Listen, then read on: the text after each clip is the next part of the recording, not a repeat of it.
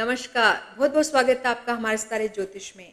आज हम जिस विषय पर चर्चा करने वाले हैं, वो कुछ इस तरह से है, क्या राहु किसी भाव में बैठकर राजयोग का भी निर्माण करते हैं?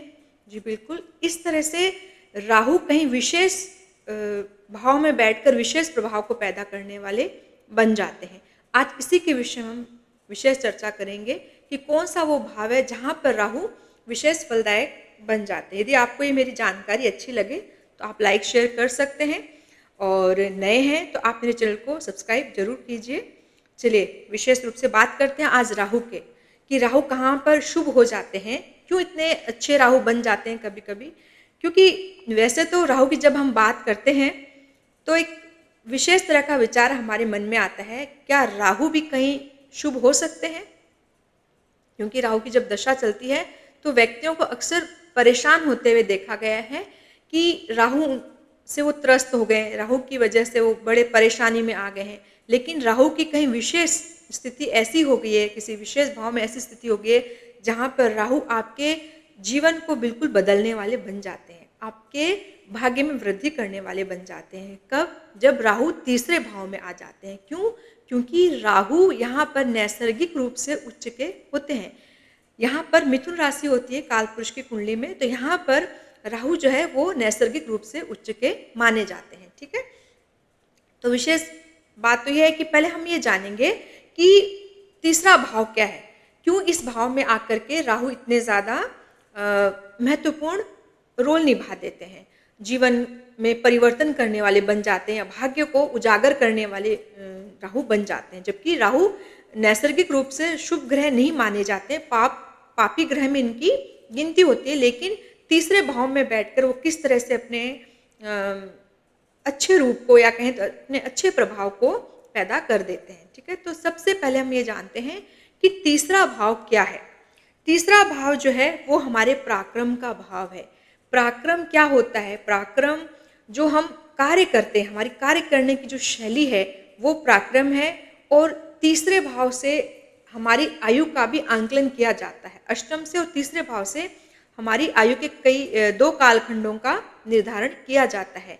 तो हमारे जीने की जो एक हमारे अंदर जो एक विल पावर रहती है, किसी कार्य को करने की या किसी चीज़ को से संघर्ष करने की जो एक स्ट्रॉन्ग अपनी अंदर एक क्षमता रहती है, विशेष क्षमता हर व्यक्ति के अंदर में होती है, वो तीसरे भाव से लगाया जाता है।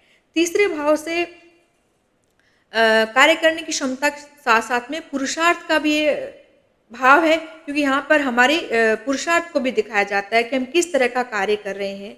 ये भाई बंधुओं का भाव भी है, हमारे सहोदर जो है, हमारे भाई बंधु हैं, वो किस तरह से हमें सपोर्ट करके चलने वाले हैं, वो क्या हमारे भाग्य को बढ़ाने में किसी तरह का उनका सहयोग हमें मिल सकता है। कोई हम कार्य यदि कर रहे हैं तो वहाँ पर किसी भाई बंधु का हमें साथ मिल सकता है, ये बिल्कुल तीसरा भाव बताता है। और यहाँ पर बैठे हुए ग्रह भी इस चीज़ की ओर संकेत करते हैं कि आपको किस तरह से बंधुओं का साथ मिलेगा, आपका पराक्रम कैसा होगा। पराक्रम जो है वो एक ऐसा विषय है जो हमारी समाज में एक नेम फेम भी हमें पराक्रम ही दिलाता है।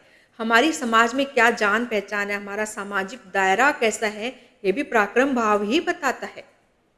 ठीक है, ये हमारी नेटवर्किंग को दिखाता है कि हमारे जो आसपास के लोग हैं जिन्हें हम पहचानते हैं, जो हमारा कुटुंब है या हमारा जो सोसाइटी है, कहें तो समाज जो है, वहाँ पर हम हमारी जान पहचान कैसे, लोग हमें जानते हैं या नहीं पहचानते हैं, जान पहचान है या नहीं है, या बिल्कुल हम लोगों के लिए अननोन है।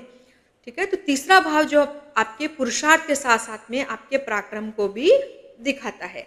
ये आपकी नेटवर्किंग के साथ साथ कार्य करने की जो शैली है, जो क्षमता है, उसको भी दिखाता है। यहाँ पर बैठे हुए जो ग्रह होते हैं वो बिल्कुल प्रत्यक्ष रूप से ये चीज़ बताते हैं कि आपका कार्य किस तरह का है, आपका कार्य करने की शैली किस तरह से, आप कार्यों को किस तरह से अंजाम दे रहे हैं, यहाँ पर बैठे हुए ग्रह बताएंगे। और जैसे राहु जैसा जब ग्रह यहाँ पर आता है तो किस तरह से हमारे कार्य करने का तरीका होगा, हम किस तरह से अपने कार्यों को अंजाम देने वाले हैं, हम समाज में हमारी नेम फेम किस तरह से बनने वाली है। क्योंकि देखिए तीसरे भाव में जब राहु आते हैं तो व्यक्ति को अचानक से राइज करवा देते हैं। जिस व्यक्ति को कोई जानता पहचानता नहीं है, अचानक से जब राहु की दशा लगी और राहु का यहाँ पर वेल प्लेसमेंट होनी चाहिए थर्ड हाउस में, दी वेल प्लेस्ड है राहु, तो आपको रातों रात कई ऐसे मौके मिलेंगे जहाँ पर आपकी समाज में एक प्रतिष्ठा बढ़ते हुए देखी जाती है, आप पुरुषार्थी बन जाते हैं, आपका नेटवर्किंग क्षेत्र जो है वो स्ट्रॉन्ग हो जाता है। और तीसरा भाव जो है वो विदेश यात्राओं का भी है। आप भ्रमण के ऊपर, क्योंकि भ्रमण के ऊपर आप कितना पैसा खर्च कर रहे हैं, आप विदेश यात्राएं कर रहे हैं कि नहीं कर रहे हैं, आप अपना मनोरंजन कैसे कर रहे हैं, क्योंकि पर्यटन स्थल को भी तीसरा भाव दिखाता है, आपकी दूर की यात्राओं को भी दिखाता है। ये क्योंकि नवम भाव से सीधा सप्तम भाव है, तो दूर की यात्राएं, यहाँ से धार्मिक यात्राओं का विचार नहीं किया जाता है, लेकिन दूर की जो यात्राएं हैं, भ्रमण आप यदि कर रहे हैं, घूमने फिरने के शौकीन है, तो उसका विचार भी बिल्कुल तीसरे भाव से लगाया जाता है। ठीक है, तो अब हम जानते हैं कि राहु यदि यहाँ पर आते हैं तो किस तरह से राजयोग का निर्माण होता है, क्यों राजयोग कारक राहु को कहा गया है जो तीसरे भाव में बैठते हैं। क्योंकि देखिए नैसर्गिक रूप से तो यहाँ पर मिथुन राशि होती है और राहु यहाँ पर उच्च के माने जाते हैं, क्योंकि राहु को कार्य करना जल्दी से पसंद होता है, वो किसी भी कार्य को अंजाम बहुत जल्दी देना पसंद करते हैं। तो जब यहाँ पराक्रम भाव में जब राहु आएंगे तो व्यक्ति का जो कार्य करने का जो तरीका होगा वो बहुत जल्दी हर कार्य को संपन्न करना पसंद करते हैं, उनको परिणाम बहुत जल्दी जल्दी चाहिए होते हैं यदि तीसरे भाव में राहु आ जाते हैं। ठीक है, अब यह है कि किन्हीं विशेष लग्नों के लिए तीसरे भाव के जो राहु हैं वो योग कारक ग्रह बन जाते हैं। ठीक है, हर किसी लग्न में तो तीसरे भाव में बैठा हुआ राहु बहुत ज्यादा योग कारक ग्रह नहीं रहेगा, लेकिन किन्हीं विशेष लग्नों में तीसरे भाव का राहु जो है वो बिल्कुल लाइफ को चेंज करने वाला बन जाता है। जिस व्यक्ति को कोई जानता पहचानता नहीं है वो व्यक्ति रातों रात करोड़पति, कहें तो करोड़पतियों में उनकी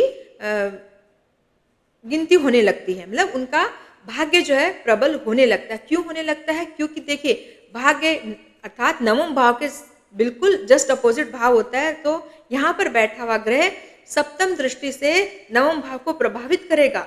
और किस तरह से प्रभावित करेगा, अपने पराक्रम के माध्यम से, पुरुषार्थ के माध्यम से, अपनी नेटवर्किंग के माध्यम से, अपने समाज के दायरे से व्यक्ति जो है वो प्रभावित हो जाएगा, या कहे तो उसका भाग्य जरूर प्रभावित होता है। ठीक है, तो अब है कि यहाँ पर राहु उच्च के होते हैं नैसर्गिक रूप से। फिर तीसरा भाव जो है, तीसरे भाव में जब राहु आते हैं तो ऐसा व्यक्ति जो होता है लेखन, संचार माध्यम आदि से भी जुड़ता है, उसके अंदर में एक लेखनी की विशेष कला होती है जिससे वो एक विशेष प्रकार की जान पहचान बना सकता है। उदाहरण के लिए मान लीजिए कोई व्यक्ति है जिसके तीसरे भाव में राहु बैठे और शुभ प्रभाव में राहु है, तो ऐसा व्यक्ति कोई बुक लिख सकता है। आजकल तो बहुत से ऑथर्स जो हैं वो कई राइटिंग को अपना प्रोफेशन बनाते हैं, तो ऐसा व्यक्ति स्क्रिप्ट राइटर भी हो सकता है, एक अच्छा लेखक भी हो सकता है, फिल्मी स्क्रिप्ट राइटिंग भी यहाँ पर हो सकती है। तो उस व्यक्ति ने एक स्क्रिप्ट राइटिंग लिखी, एक बुक लिखी और उसकी लॉन्चिंग बहुत जबरदस्त तरीके से, और रातों रात वो व्यक्ति नेम फेम में आ गया, उसका समाज में एक नेम फेम हो गई, उसको सब लोग जानने लगे। तो इस तरह से तीसरे भाव का राहु इस तरह का कमाल करता है। और ऐसे व्यक्ति जो होते हैं वो बहुत अपने जो नेटवर्किंग कहें तो, या उनके जो किसी से भी जो कार्य करवाने का जो क्षमता रहती है वो बड़े कुशल होते हैं, क्योंकि इनकी सहोदरों के साथ में भी अच्छी नींव जाती है यदि शुभ प्रभाव में राहु होते हैं। तो इनके रिश्तेदारों के साथ में इनके अच्छे ही संबंध कहे जाते हैं यदि तीसरे भाव में राहु होते हैं। एक बात तो है कि ये धर्म को मानने वाले भी होते हैं, ऐसा नहीं है कि तीसरे भाव का राहु है तो व्यक्ति बिल्कुल अधार्मिक हो जाएगा, अधार्मिक नहीं होता है, धर्म को मानने वाला ऐसा व्यक्ति जरूर देखा जाता है, मतलब धर्म में विश्वास रखेगा। यदि तीसरे भाव में राहु है, शुभ प्रभाव में है, तो ऐसा व्यक्ति धार्मिक कार्यों में भी हिस्सा लेता है और धर्म में विश्वास बना के रखता है। ठीक है, ये थोड़ी सी अपनी लाइफस्टाइल को मॉडर्न बना के रखते हैं, इनकी जो लाइफस्टाइल है वो थोड़ी मॉडर्न रहती है। कहने का तात्पर्य है कि रूढ़िवाद के ये विशेष दावेदार नहीं होते हैं, या रूढ़िवाद को ये फॉलो करने वाले व्यक्ति नहीं होते, नवीनताओं को पसंद करने वाले व्यक्ति होते हैं। तो इनके अंदर एक मॉडर्न लाइफस्टाइल रहती है। ठीक है, ये लोग अपने जीवन के में आगे बढ़ने के लिए जोखिम जबरदस्त उठा लेते हैं। ठीक है, जिसे भाग्य को प्रबल करना है, कोई कार्य करना है, तो बड़े बड़े लोन भी लेते हैं और ये व्यक्ति कभी-कभी ऐसा भी जोखिम उठा लेते हैं, झूठ बोल करके भी जोखिम उठा लेते हैं। यदि तीसरे भाव में राहु आ जाते हैं, तो ये आगे बढ़ने के लिए कभी-कभी झूठ का सहारा भी लेकर के चलते हैं। वैसे तो आज के समय में बहुत से जने झूठ बोलते हैं, झूठ एक आम चीज़ हो गई, लेकिन विशेष रूप से तीसरे भाव के जो राहु होते हैं, वो आपको छल प्रपंच या कहें तो झूठ बोलने के लिए भी मजबूर कर देते हैं। उनके सामने कोई बड़ा टास्क रहना चाहिए, बड़ा एक विशेष उद्देश्य रहना चाहिए, जिसकी पूर्ति के लिए वो इस तरह से करते हैं। ऐसा नहीं है कि वो छोटी-छोटी बात पर झूठ बोलेंगे, लेकिन यदि उनके पास में बड़ा टास्क आ गया है, बड़ा उद्देश्य आ गया है, तो वो अपना झूठ बोल करके भी कार्य निकलवा लेते हैं या उस चीज़ तक पहुँचने के लिए उनको झूठ का सहारा भी लेना पड़ जाता है, ठीक है? अब है कि ऐसे व्यक्ति दूर संचार के जो माध्यम होते हैं, मतलब जो कम्युनिकेशन की जो लाइन होती है, उसमें भी व्यक्ति ज़बरदस्त एक कार्य करते हैं। यहाँ पर भी इनका ये कार्य क्षेत्र हो सकता है, यानी इस तरह का ये पुरुषार्थ करते हुए देखे जाते हैं ऐसे व्यक्ति जिनके तीसरे घर में राहु होते हैं, ठीक है? जैसे कि कंप्यूटर के भी ज्ञाता हो सकते हैं, कंप्यूटर का व्यवसाय करने वाले हो सकते हैं और आधुनिक जो मशीनें जो संचार से जुड़ी रहती है, इसकी टेक्निक में भी ये टेक को बढ़ाने वाले होते हैं। इसमें ये नौकरी करने वाले भी हो सकते हैं या इनको व्यवसाय भी ये कर सकते हैं। मतलब कि जैसे नेटवर्किंग, जैसे टीवी हो गया, मीडिया हो गया, इसमें भी राहु तीसरे भाव में का जो राहु रहता है वो इस क्षेत्र में तरक्की ऐसे लोग करते हैं। यहाँ इनका पुरुषार्थ का ये क्षेत्र माना जाता है, ठीक है? ऐसे लोग बड़े बुद्धिमान और तर्क शक्ति जबरदस्त इनकी होती है, तीव्र याददाश्त भी इनकी रहती है। बुद्धिमान होते हैं ऐसे व्यक्ति जो होते हैं, वो कुशाग्र बुद्धि के होते हैं, मतलब बुद्धि से अपना कार्य करवाना जानते हैं। इनको पता रहता है कि कौन सी जगह पर किस तरह की बुद्धि का इस्तेमाल करना है। कहीं पर मीठा भी बोल लेते हैं, कहीं पर झूठ बोल करके भी ये अपना कार्य करवा लेते हैं। यानी कि राहु जो है वो किन्हीं विशेष परिस्थितियों में आकर के व्यक्ति का भाग्य उजागर कर रहा है, क्योंकि अल्टीमेट देखिए नाइन्थ हाउस जो है उसके जस्ट बिल्कुल अपोजिट हाउस हो गया, तो ये जो भी कार्य करेंगे अपने भाग्य को बढ़ाने के लिए इस तरह का कार्य करना शुरू करते हैं और ऐसा राहु इनके भाग्य में वृद्धि भी जरूर करता है, ठीक है? अब है कि ऐसे लोग बड़े सरकारी कार्यों में भी बढ़ चढ़कर भाग भी ले सकते हैं, या कहें तो इनके जो सरकारी कार्य हैं वहाँ पर यदि कोई काम अटक रहा है, गवर्नमेंट के थ्रू इनका कोई कार्य अटक रहा है, तो वहाँ पर जो सरकारी कर्मचारी रहते हैं वहाँ पर ये बड़ा उनके साथ में अपना संबंध अच्छा बना लेते हैं और अपने सारे सरकारी कार्य करवाने में बड़े माहिर हो जाते हैं तीसरे भाव के राहु, ठीक है? ऐसे लोग बुद्धि लगाकर, वैसे मैंने पहले भी बताया आपको कि बुद्धि लगाकर छल का प्रयोग करते हैं, मतलब छलिया किस्म के व्यक्ति भी होते हैं, तीसरे भाव में राहु आ जाते हैं। ये ऊंची पहुंच प्राप्त करने के लिए झूठ का सहारा ले लेते हैं, छल कर सकते हैं, सामने वाले व्यक्ति को छल करते हैं और छल ऐसा करते हैं कि वो छल बड़ा मीठा लगता है।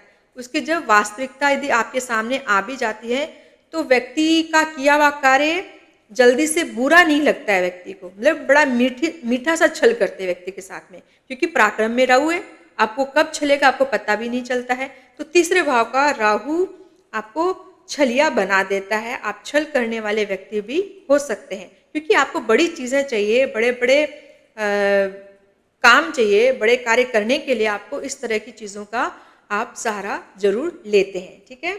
अब ये तो हो गया इनका पॉजिटिव थॉट्स कि इनके प्रति यदि तीसरे भाव में राहु आ जाते हैं तो शुभता किस तरह की, तो मैंने जितने भी आपको गुण धर्म बताए, इनके जितने भी लक्षण बताए हैं, ये हो गए इनके सकारात्मक, ठीक है? नकारात्मक कैसे हो सकते हैं? देखिए तीसरे भाव में जब राहु आएंगे तो वो अपनी पंचम दृष्टि से सप्तम भाव को प्रभावित करते हैं, मैरिड हाउस को, 7th हाउस को प्रभावित करते हैं। यदि राहु की दशा लगी हुई है, यदि शुभ प्रभाव में ऐसे राहु नहीं है तो वो मैरिड लाइफ के लिए थोड़ा सा हिजार्ड लेकर के आते हैं, थोड़े संघर्ष दिखाते हैं मैरिड लाइफ में, समय समय पर स्पाउस के साथ में उनकी लड़ाई झगड़े हो सकते हैं। ज़्यादा पाप प्रभाव में यदि 7th हाउस आया हुआ है तो कभी कभी रिजल्ट्स बुरे भी देखने को मिलते हैं, ठीक है? अब है कि ऐसे व्यक्ति जब 3rd हाउस में राहु आते हैं तो ऐसे व्यक्ति को कभी कभी भाग्य का साथ मिलने में थोड़ी सी समस्या जरूर आती है, ठीक है? ऐसे व्यक्ति भाग्य को बढ़ाने के लिए अथक प्रयास करने पड़ सकते हैं। संघर्ष इनका ज़्यादा हो सकता है, लंबा भी चल सकता है यदि शुभ के राहु नहीं होते हैं, ठीक है। अब उसके बाद है कि ऐसे व्यक्ति के भाग्य में वृद्धि में कभी-कभी रोड़े जरूर अटकते हैं, ठीक है। और इनको लाभ के लिए भी कभी-कभी सतत प्रयास करने पड़ते हैं। लाभ कहने का तात्पर्य यही है कि यदि भाग्य में वृद्धि होती है तो लाभ के लिए आपको बहुत सारे प्रयास नहीं करने पड़ेंगे, लेकिन यदि भाग्य की वृद्धि के लिए आपको प्रयास करने पड़ रहे हैं तो निश्चित रूप से लाभ के लिए भी आपको बहुत ज़्यादा संघर्ष करना पड़ रहा है। तो यदि शुभ प्रभाव में राहु नहीं होते हैं तो इस तरह की परिस्थितियां बनती है, लेकिन यदि शुभ प्रभाव में राहु हैं तो आप यकीन मानिए कि तीसरे भाव का राहु आपको रातों रात एक बहुत अच्छा रिजल्ट देता है। आपकी रातों रात ख्याति बनती है, ऐसा व्यक्ति पराक्रमी बनता है, रातों रात वो बुलंदियां भी छूते हुए देखा जाता है। तो ये बात हुई कि तीसरे भाव में राहु किस तरह का प्रभाव देते हैं। राहु सब जगह खराब रिजल्ट्स नहीं देते हैं, राहु भी अच्छे ग्रह माने जाते हैं। बस बात यही है कि राहु किस तरह के होकर के आपकी कुंडली में बैठे हैं और कौन सा शुभता को प्राप्त है। राहु नक्षत्र के अनुसार भी शुभता इनको मिली हुई है या राशिवार इनको शुभता मिली है। लग्न के मित्र हैं, लग्न का मित्र होना भी आवश्यक होता है। लग्नेश का मित्र होना किसी भी ग्रह को आवश्यक होता है। जब उसकी दशा चलती है, जो लग्नेश के मित्र हैं तो निश्चित रूप से वो आपको अच्छा रिजल्ट देंगे। इनकी वेल प्लेसमेंट भी होनी चाहिए, तो यहाँ पर ये बहुत अच्छा रिजल्ट दे देते हैं। तो इस तरह से मैंने आपको बताया कि राहु तीसरे भाव में आकर के भी एक योग कारक ग्रह बन जाते हैं और एक तरह का राजयोग का निर्माण कर देते हैं। आशा करती हूँ कि आपको ये मेरी छोटी सी जानकारी जरूर पसंद आई होगी। यदि पसंद आई है तो आप वीडियो को लाइक और शेयर कर सकते हैं। नए हैं तो आप सब्सक्राइब भी जरूर कीजिए। तब तक के लिए नमस्कार।